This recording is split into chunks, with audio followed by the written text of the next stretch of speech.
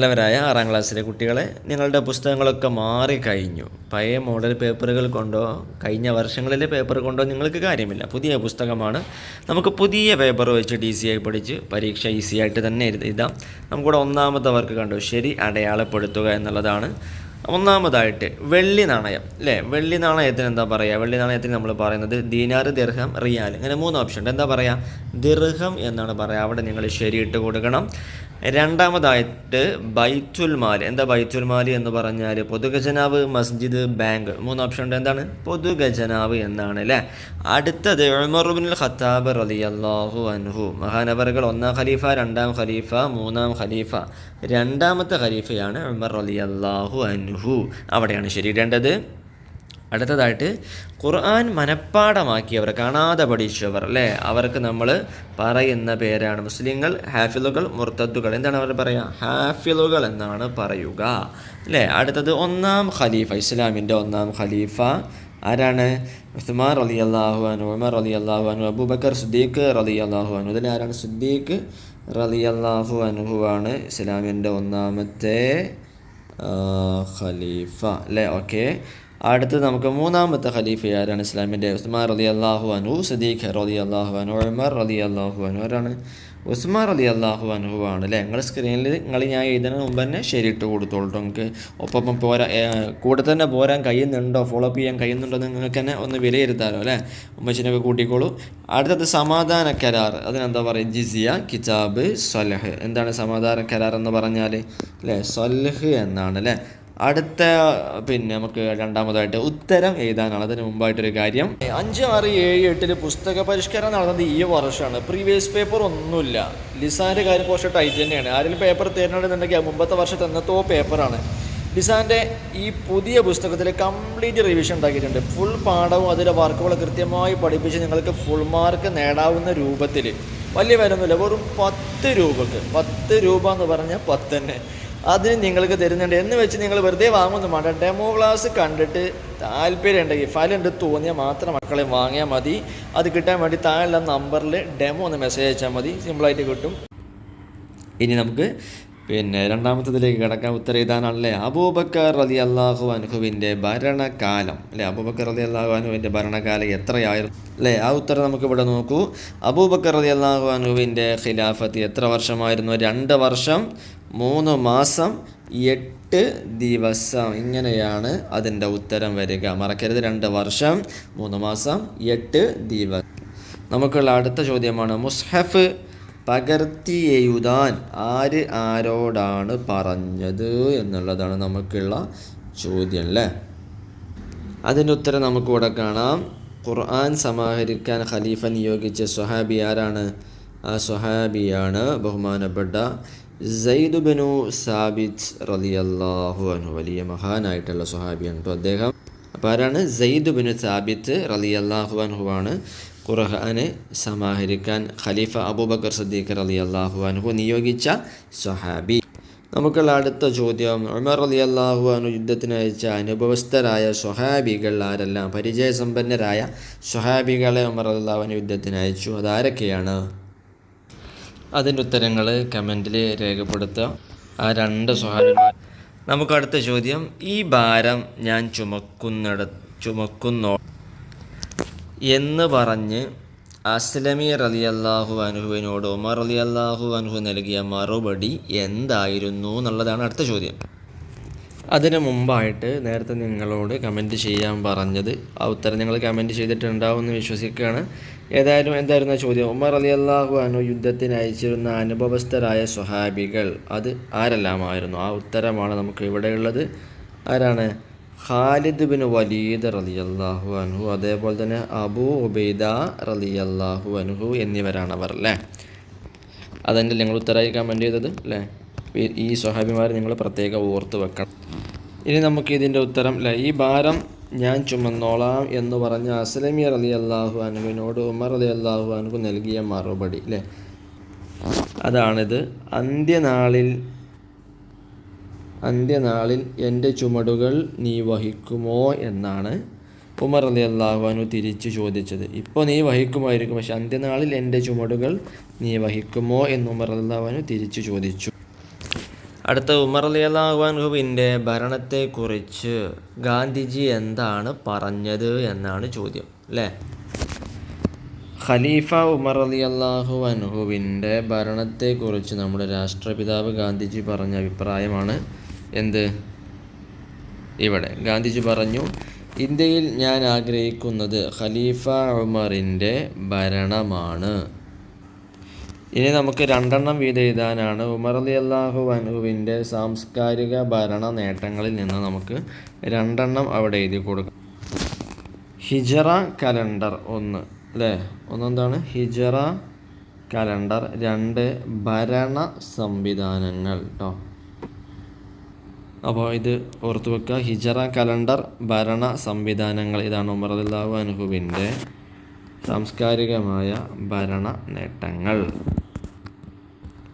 ഇനി അടുത്ത ചോദ്യം, അബൂബക്കർ സിദ്ദീഖ് റളിയല്ലാഹു അൻഹുവിൻ്റെ പ്രധാനപ്പെട്ട ഭരണ നേട്ടങ്ങൾ. ഇതാണ് നമുക്കുള്ള അടുത്ത ചോദ്യം. നമുക്കതിൻ്റെ ഉത്തരം പഠിക്കാം. ഒന്നാമത്തത് ഖുർആൻ സമാഹരണം. 2 സക്കാത്ത് നിഷേധികൾക്കെതിരെയുള്ള പോരാട്ടം. 3 കള്ളപ്രവാചകന്മാർക്കെതിരെയുള്ള പ്രതിരോധം. ഇതാണ് പ്രധാനപ്പെട്ട ഭരണ നേട്ടങ്ങൾ കേട്ടോ, അബൂബക്കർ സിദ്ദീഖ് റളിയല്ലാഹു അൻഹുവിൻ്റെ. ഇനി അടുത്ത ചോദ്യം എന്താണ്? കള്ളപ്രവാചകന്മാർ ആരൊക്കെയാണ്? അതിലൊന്നാണ് മുസൈലിമത്തുൽ കദ്ദാബ്, അതേപോലെ തന്നെ തുലൈഹ, അസ്വദുൽ അനസി, സജാഹ്. ഇവരാണ് കേട്ടോ. ഒന്ന് പഠിക്കുക. അടുത്തത് സിദ്ദീഖ് റളിയല്ലാഹു അൻഹു ഒന്നാമനായ കാര്യങ്ങൾ ഏതൊക്കെയാണ്? അതിൻ്റെ ഉത്തരം നമുക്ക് ഇവിടെ നിന്ന് മനസ്സിലാക്കാം. പുരുഷന്മാരിൽ ആദ്യമായി ഇസ്ലാം സ്വീകരിച്ചതാരാണ്? അബൂബക്കർ സിദ്ദീഖ് റളിയല്ലാഹു അൻഹുവാണ് എന്ന ഉത്തരം അത് കൊടുക്കുക. ഇനി നമുക്ക് യോജിച്ചവ ചേർത്ത് കൊടുക്കാനാണല്ലേ. അതായത് ഒന്നാമതായിട്ട് ഉള്ളത് ഉമർ ഇബ്നുൽ ഖത്താബ് റളിയല്ലാഹു അൻഹു. അദ്ദേഹത്തോട് ആ മഹാനോട് ചോദിച്ചത് എന്താണ് ഇവിടെ? അമീറുൽ മുഅ്മിനീൻ. അപ്പോൾ അത് അവിടേക്ക് എടുത്ത് കൊടുക്കുക. അടുത്തതായിട്ടോ യമാമ യുദ്ധം. അത് നടന്ന വർഷം ഏതാണ്? ഹിജറ 2-ാം വർഷം, അല്ലേ? അടുത്തത് നമുക്കുള്ളത് ചാരവർഷം ഏതാണ്? നമുക്കൊക്കെ അറിയാം. ഏതാണ്? ഇവിടെ മുറമാദ്, അല്ലേ? അടുത്തതോ ഖലീഫയായ അബൂബക്കർ റളിയല്ലാഹു അൻഹുവിനെ ആദ്യം ബൈഅത്ത് ചെയ്തത് ആരാണ്? ബഹുമാനപ്പെട്ട ഖലീഫ ഉമർ റളിയല്ലാഹു അൻഹുവാണ്, അല്ലേ? അടുത്തതോ നമ്മുടെ രാഷ്ട്രപിതാവ് ആരാണ് എന്നുള്ളതാണ് ചോദ്യം. നമുക്കറിയാം ഗാന്ധിജിയാണ് നമ്മുടെ രാഷ്ട്രപിതാവ്. അടുത്തത് നബി സല്ലല്ലാഹു അലൈഹി വസല്ലം തങ്ങൾക്ക് ശേഷം മുസ്ലിങ്ങളിൽ ഏറ്റവും ശ്രേഷ്ഠൻ ആരാണ്? അത് ബഹുമാനപ്പെട്ട സിദ്ദീഖ് റളിയല്ലാഹു അൻഹു ആണ്. അപ്പോൾ ഈ രീതിയിൽ ഇത് വളരെ കൃത്യമായിട്ട് പൂരിപ്പിക്കുക, ഒന്ന് പഠിക്കുക. അതാണ് ഇവിടെ കാണാം. ഞങ്ങൾ മനസ്സുകൊണ്ടൊന്ന് ഒപ്പം നോക്കുക. ഓക്കെ, ഇനി നമുക്ക് അടുത്തുള്ളത് പൂർത്തിയാക്കാം എന്നതാണ്, അല്ലേ? പൂർത്തിയാക്കാം. ഇനി അതിൽ ഒന്നാമത്തതായിട്ട് നമുക്കുള്ളതാണ് ഖലീഫ ഉസ്മാൻ റളിയല്ലാഹു അൻഹുവിനെ ഡാഷ് എന്ന മുനാഫിക്ക് കുപ്രചാരണങ്ങൾ നടത്തി. അപ്പോൾ നമുക്ക് അവിടെ ഉള്ളത് കൊടുക്കണം. അലി റളിയല്ലാഹു അൻഹുവിനാണ് ഖിലാഫത്തിന് അർഹത എന്നും ഉസ്മാൻ അത് തട്ടിയെടുത്തതാണെന്നുമുള്ള വ്യാജ കുപ്രചാരണങ്ങൾ അബ്ദുല്ലാഹ് ഇബ്നു സബ എന്ന മുനാഫിക്ക് നടത്തി, അല്ലേ?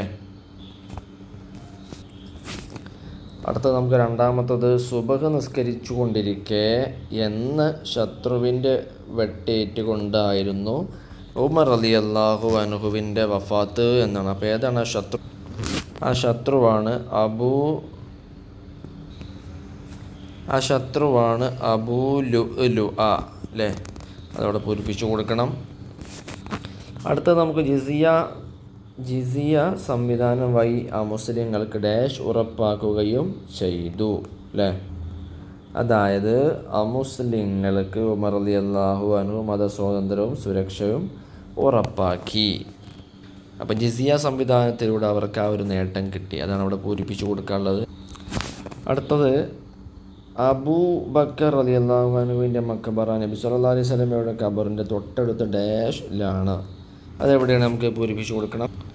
ഇവിടെ നോക്കൂ, അബൂബക്കർ റളിയല്ലാഹു അൻഹുവിൻ്റെ മഖബറ നബി സല്ലല്ലാഹു അലൈഹി വസല്ലമയുടെ ഖബറിൻ്റെ തൊട്ടടുത്ത് ഹുജറത്തു ഷരീഫയിലാണ്. പ്രത്യേകിച്ച് ഈ ഒരു പേര് ആണ് നിങ്ങൾ ഓർക്കേണ്ടത്, ഹുജറത്തു ഷരീഫ കേട്ടോ. ഇനി അടുത്തത് സിദ്ദീഖ് റളിയല്ലാഹു അൻഹുവിൻ്റെ ജനനം ക്രിസ്താബ്ദം ഡാഷിലാകുന്നു എന്നാണ്. ഇതാ ഇവിടെ നോക്കൂ, സിദ്ദീഖ് റളിയല്ലാഹു അൻഹുവിൻ്റെ ജനനം ക്രിസ്താബ്ദം 573 കേട്ടോ. ഇനി നമുക്ക് അർത്ഥം എഴുതാനാണ്. എന്താ അവിടെ ഉള്ളത്? അല്ലാഹുമ്മ റള അൻ ഉസ്മാൻ, അള്ളാഹു ഉസ്മാൻ റളിയല്ലാഹു അൻഹുവിനെ തൊട്ട് തൃപ്തിപ്പെട്ടിരിക്കുന്നു. അള്ളാഹുവെ തൃപ്തിപ്പെട്ടൊരു അടിമയാണ് ഉസ്മാൻ റളിയല്ലാഹു അൻഹു. അതേപോലെ തന്നെ ഫ ഇന്നി അൻഹു റാളിൻ, നബി സല്ലല്ലാഹു അലൈഹി വസല്ലം പറയാണ്, ഞാനും ഉസ്മാൻ റളിയല്ലാഹു അൻഹുവിനെ തൊട്ട് തൃപ്തിപ്പെട്ടിരിക്കുന്നു. ചുരുക്കി പറഞ്ഞാൽ അള്ളാഹു ഉസ്മാൻ റളിയല്ലാഹു അൻഹുവിനെ തൊട്ട് തൃപ്തിപ്പെട്ടിരിക്കുന്നു, ഞാനും ഉസ്മാൻ റളിയല്ലാഹു അൻഹുവിനെ തൊട്ട് തൃപ്തിപ്പെട്ടിരിക്കുന്നു എന്നാണ് കേട്ടോ. അടുത്ത എന്താണ്? അല്ലാഹുമ്മ റസുഖ്നി ഷഹാദത്തൻ ഫീ സബീലിക്, അള്ളാഹുവേ നിൻ്റെ മാർഗത്തിൽ എനിക്ക് രക്തസാക്ഷിത്വം നൽകണേ എന്നാണ് പറയുന്നത്. അടുത്തതോ വജൽ മൗതി ഫീ ബലദി റസൂലിക, എൻ്റെ മരണം നിൻ്റെ റസൂലിൻ്റെ നാട്ടിലാക്കണേ എന്നാണ്. ഇവിടെ ബലദ് എന്നുള്ള വാക്ക് വിട്ടുപോയിട്ടുണ്ട് അല്ലേ. അല്ലാഹുവേ എനിക്ക് നിൻ്റെ മാർഗത്തിൽ രക്തസാക്ഷിത്വം നൽകണേ, ഷഹീദ് ആക്കണേ, എൻ്റെ മരണം നിൻ്റെ റസൂലിൻ്റെ നാട്ടിൽ ആക്കണേ എന്നാണ് അതിൻ്റെ അർത്ഥം കേട്ടോ. അപ്പോൾ നമ്മൾ ഈ ഒരു മോഡൽ പേപ്പർ നന്നായി പരിശോധന നടത്തി പഠിച്ചു. നമ്മൾ പ്രീവിയസ് പേപ്പർ കഴിഞ്ഞ വർഷങ്ങളെ നോക്കിയിട്ട് പ്രത്യേകിച്ച് കാര്യമില്ല. പുതിയ പുസ്തകമാണ്, കൃത്യമായിട്ട് പഠിക്കുക. ചോദ്യങ്ങളുടെ രീതി ഇതിൽ നിന്ന് മനസ്സിലാക്കിയിട്ട് നന്നായി എഴുതുക. ലിസാൻ ഇതിലേറെ ടൈറ്റായിരിക്കും, പ്രത്യേകിച്ച് പുതിയ പുസ്തകമാണ്. ഫുൾ റിവിഷൻ കിട്ടാൻ വേണ്ടി താഴെ നമ്പർ, മുമ്പ് കൊടുത്ത നമ്പറിൽ ഡെമോ എന്ന് മെസ്സേജ് അയച്ചോളൂ, ക്ലാസ്സിൻ്റെ നമ്പർ എഴുതിക്കോളൂ.